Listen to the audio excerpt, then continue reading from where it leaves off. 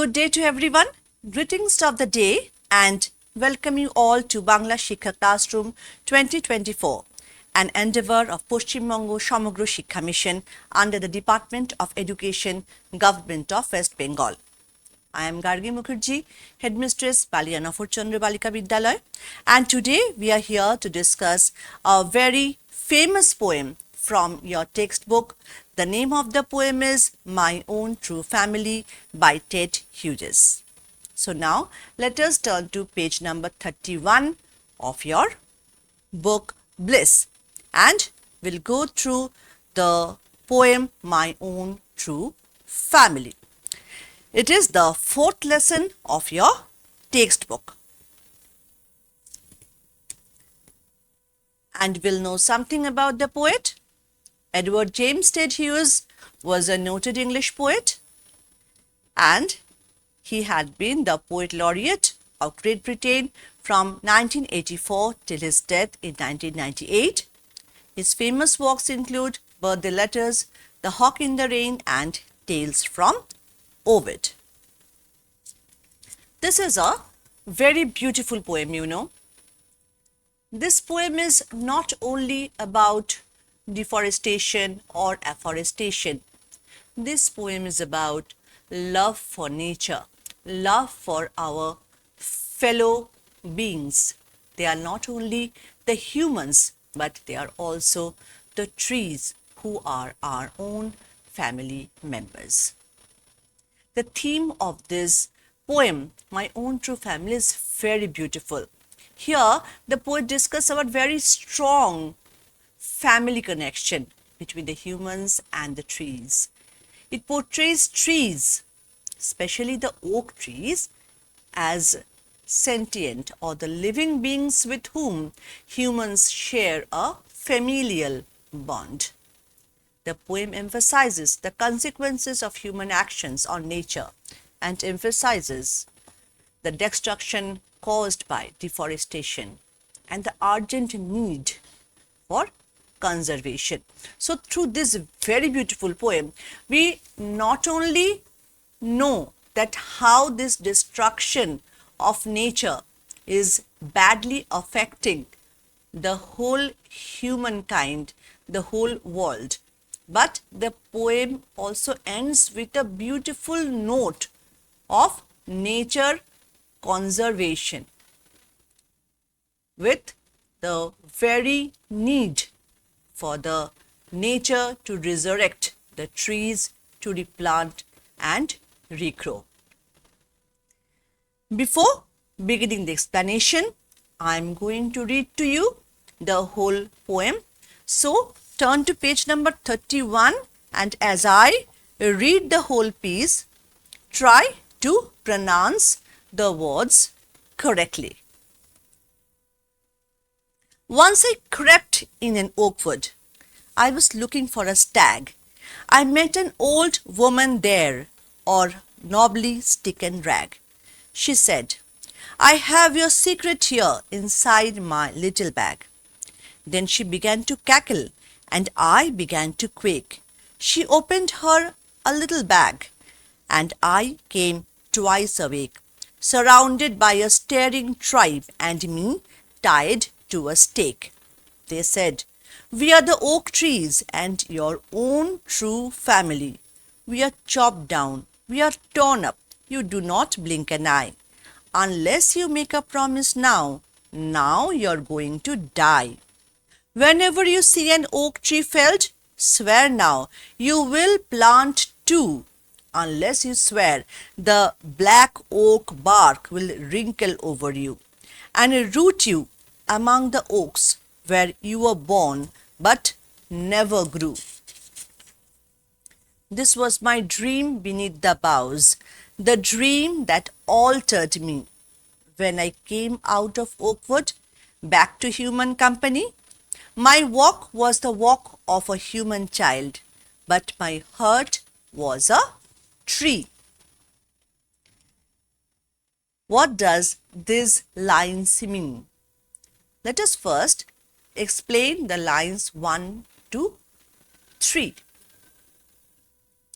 Once I crept into an oak wood. I was looking for a stag.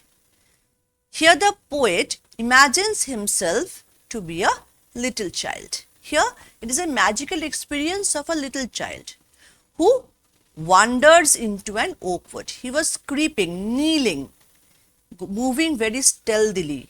He was looking for a stag.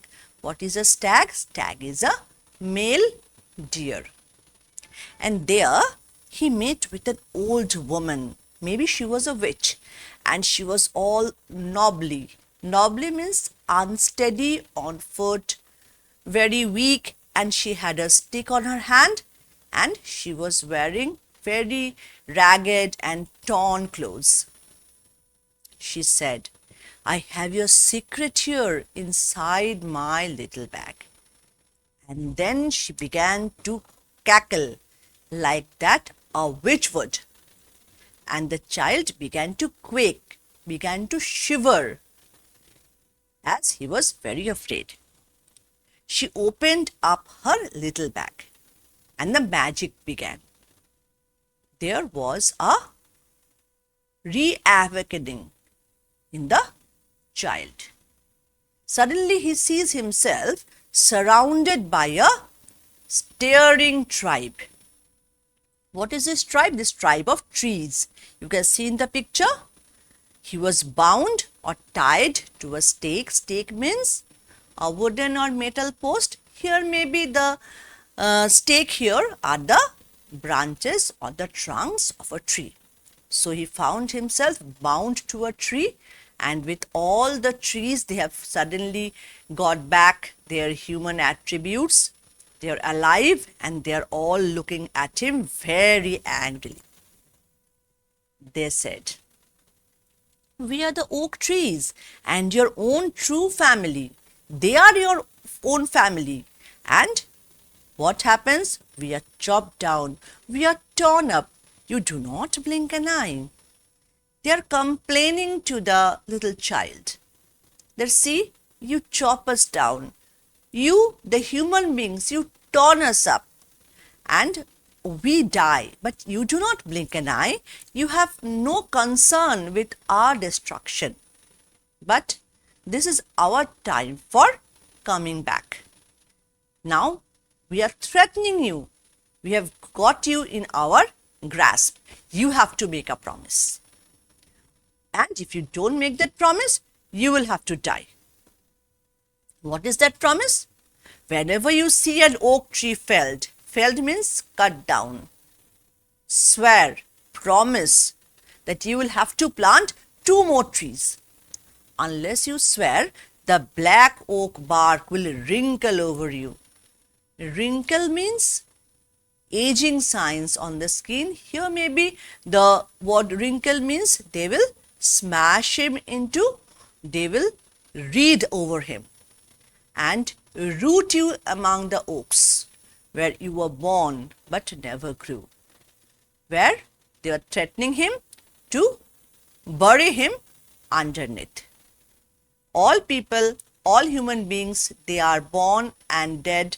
When they are born and when they are dead, they turn to ashes. They go back to the sand. But here the oak trees are threatening the child that if you do not do as we say, we will bury you underground. This was my dream beneath the boughs, the dream that altered me. The child thinks that this was a dream. It was like a magical experience. The trees suddenly coming back to life and they are threatening the child.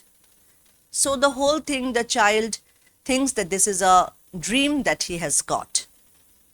But this dream had altered him, transformed him. They instilled in him some senses. And when he came out of the oak wood back to human company, he was walking like a human child, but he was thinking that he was like a tree. He was one in soul with the oak trees, and he could empathize with the trees, how their destruction would affect all the humankind, and how the whole world can get back their lives, can regenerate only by getting trees back to their own places, making the nature green again. Only then the life would become as beautiful as it was millions of years ago. Now, this is the word meaning. Go quickly through them. The word crept, C-R-E-P-T, crept. The original word is creep. From creep present tense, we get this word crept, past tense. That means moving stealthily. Stag, male deer. The female deer is called doe. Knobbly, unstable on feet. Cackle, laugh loudly. Quake, shiver. Twice awake here means moral awakening and a transition from ignorance to knowledge.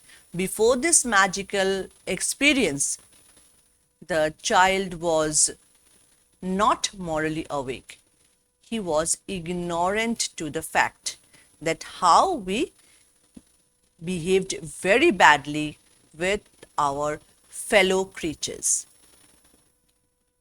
Staring, looking steadily. Stake, wooden or metal post, here may be tree trunk.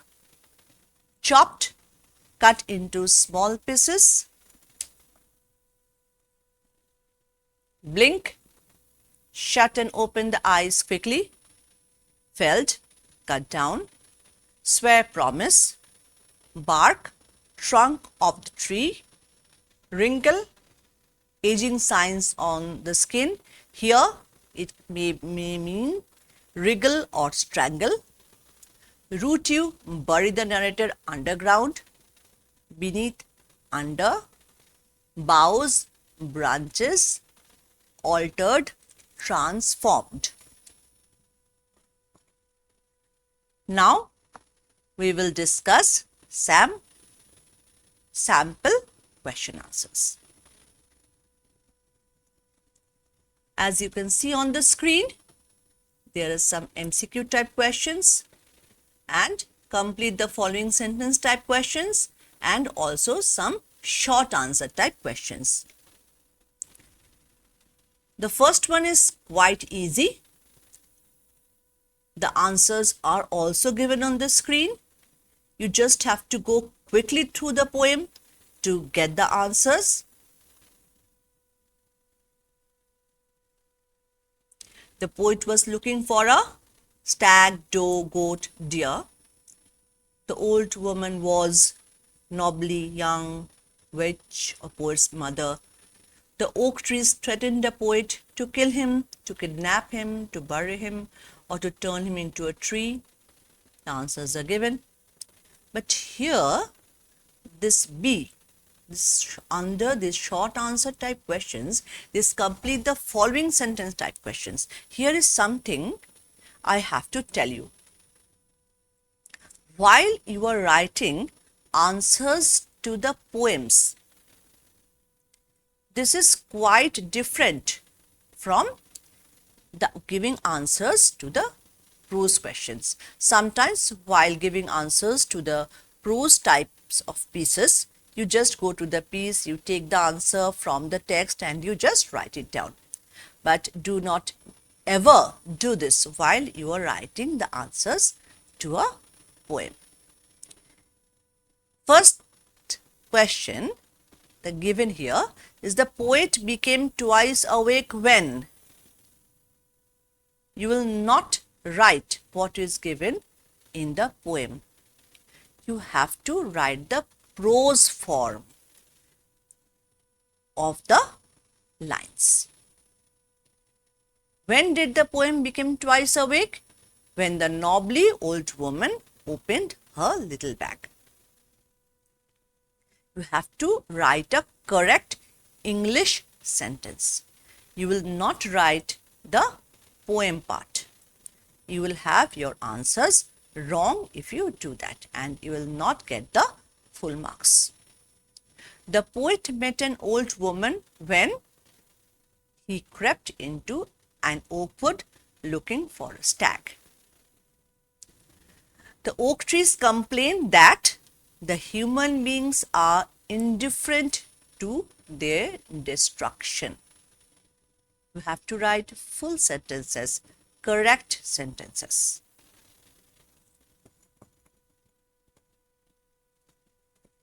And here are some short questions. What was the poet doing inside the oak wood?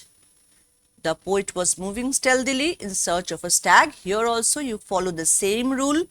You write the sentences on your own and never copy from the poem.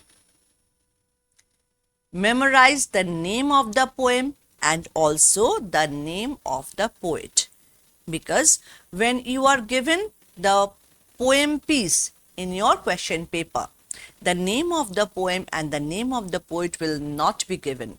You will only be given the lines. And if they ever ask you who is the poet of this poem, or write the name of the poem and the poet, you cannot do it unless you memorize the name of the poem and the spelling of the poet's name. Question number C here, 2C. What lesson did the oaks teach the poet? The oaks reminded the poet that they were the own true family of human beings. Only they can be with the human beings and be their life savior. And now the moral of the poem. What is the moral of the poem? The moral of the poem is that human beings and trees should thrive as a single family. The trees are the man's own true family. Only with proper collaboration from the two, they both can live and let the other live. The poem focuses strongly on the need to protect our natural environment for the welfare of mankind. Our trees who are surrounding us, they are our life saviors. And all of you who are sitting there, we all have to be very, very caring to these family members. They cannot take care of themselves, but they can take care of you, your family, and not only you and your family, but the whole human life. They thrive for you, and so it is your duty to save these plants. So with this final note, I end this poem, My Own True Family. You have also many questions at the back of your text, that is on page 33, 34. You have also many questions. I'm sure you'll be able to write them. And in case of true false type questions, remember that here in the place of supporting statement, you can write portions from the poem. So that is all. You are requested to go through the poem again and write the answers to all the comprehension exercises given on page 33 and 34 and show them to your subject teacher. That's all for today. Hope you have a very nice day. Thank you.